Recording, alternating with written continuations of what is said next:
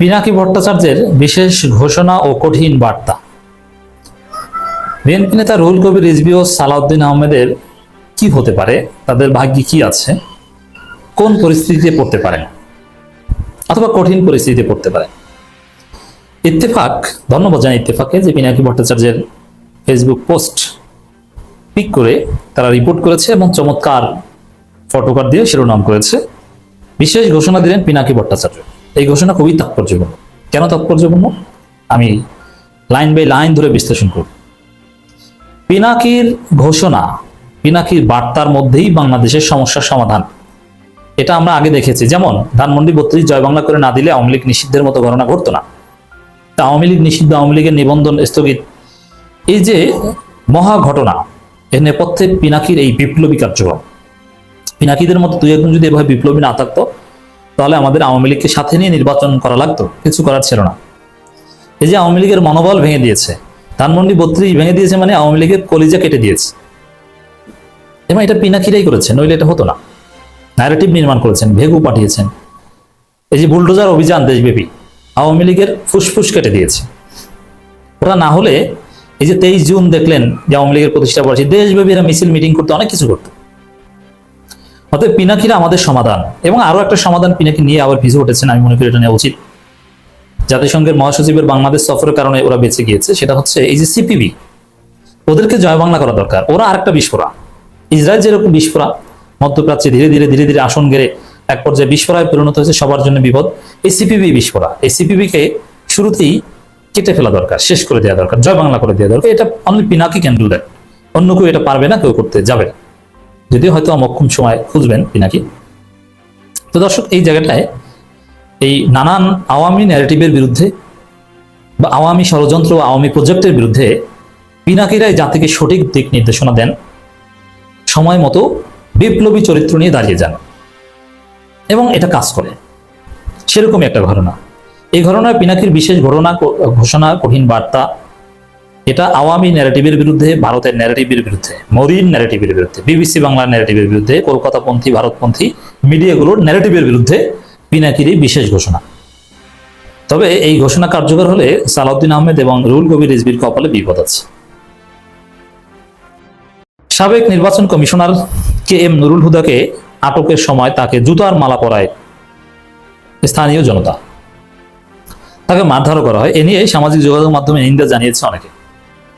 কারা নিন্দা জানিয়েছে? আমি তো দেখেছি মানুষ খুশি হয়েছে, প্রশংসার ঝড়, আলহামদুলিল্লাহ বলছে। কি শিক্ষা, কি নির্মমতা! সবাই, আমি একদম পিওর আওয়ামী লীগ বাদে কাউকে এটা নিন্দা জানাতে দেখিনি। কেন নিন্দা জানাবে? কে এই নুরুল হুদা?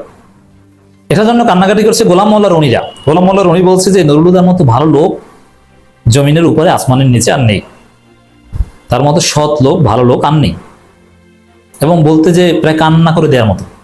এরা করবে, কিন্তু সাধারণ জনগণ, বিপ্লবীরা কেউ এতে তো মানে ক্ষুব্ধ প্রতিক্রিয়া জানানোর কথা না, বা জানায়নি।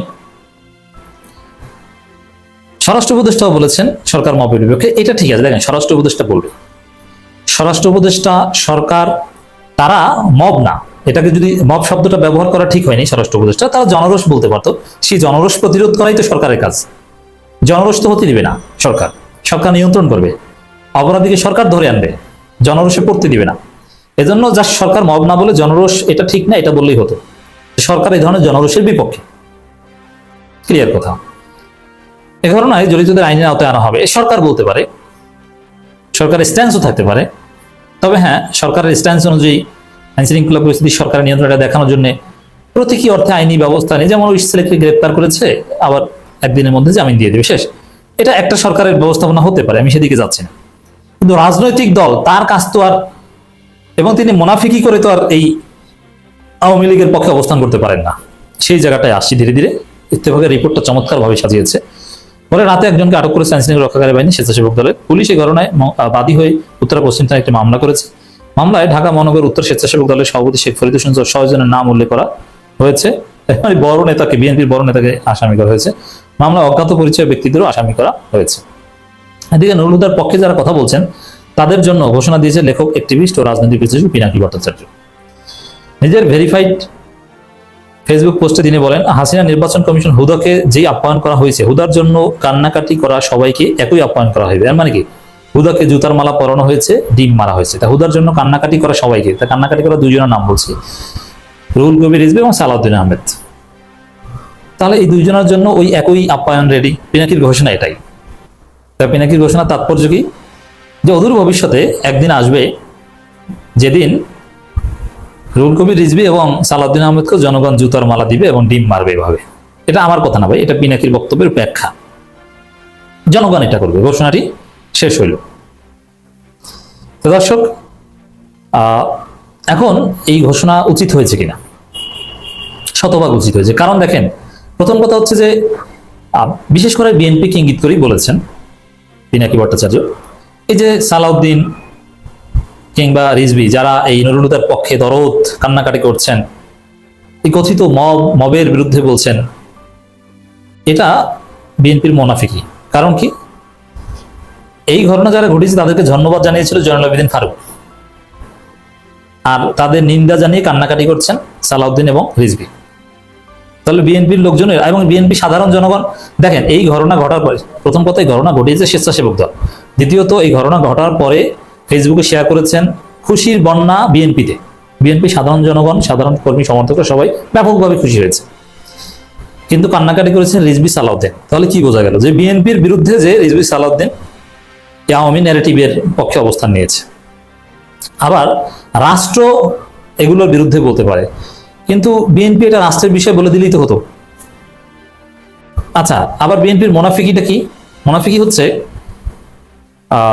বিএনপি তারা মব ক্রিয়েট করে দুই গ্রুপে 150+ হত্যার ঘটনা ঘটিয়েছে, সেগুলোর বিরুদ্ধে সালাউদ্দিন এবং রিজভী কিছু বলেছে? বলে নাই। তো ওই মবের বিরুদ্ধে বলতে পারেন না, আর এটাকে জনরোষকে আপনি মব বলে আপনি কান্নাকাটি করছেন ভারতকে খুশি করার জন্য। আপনি ভারতের কোলে উঠে বলেছেন বলে আপনাকে ওই ভারতকে খুশি করতে হবে। এই যে বাংলাদেশে মব হচ্ছে, এগুলো ওয়াকারের কথা, এগুলো ভারতের কথা, এগুলো জনতার কথা না, বিপ্লবীদের কথা না, এটা বিএনপির কথা না। বিএনপির নেতারাও এইভাবে কথা বলে না, কিন্তু এই রিজভী সালাউদ্দিন এরা বলেছেন।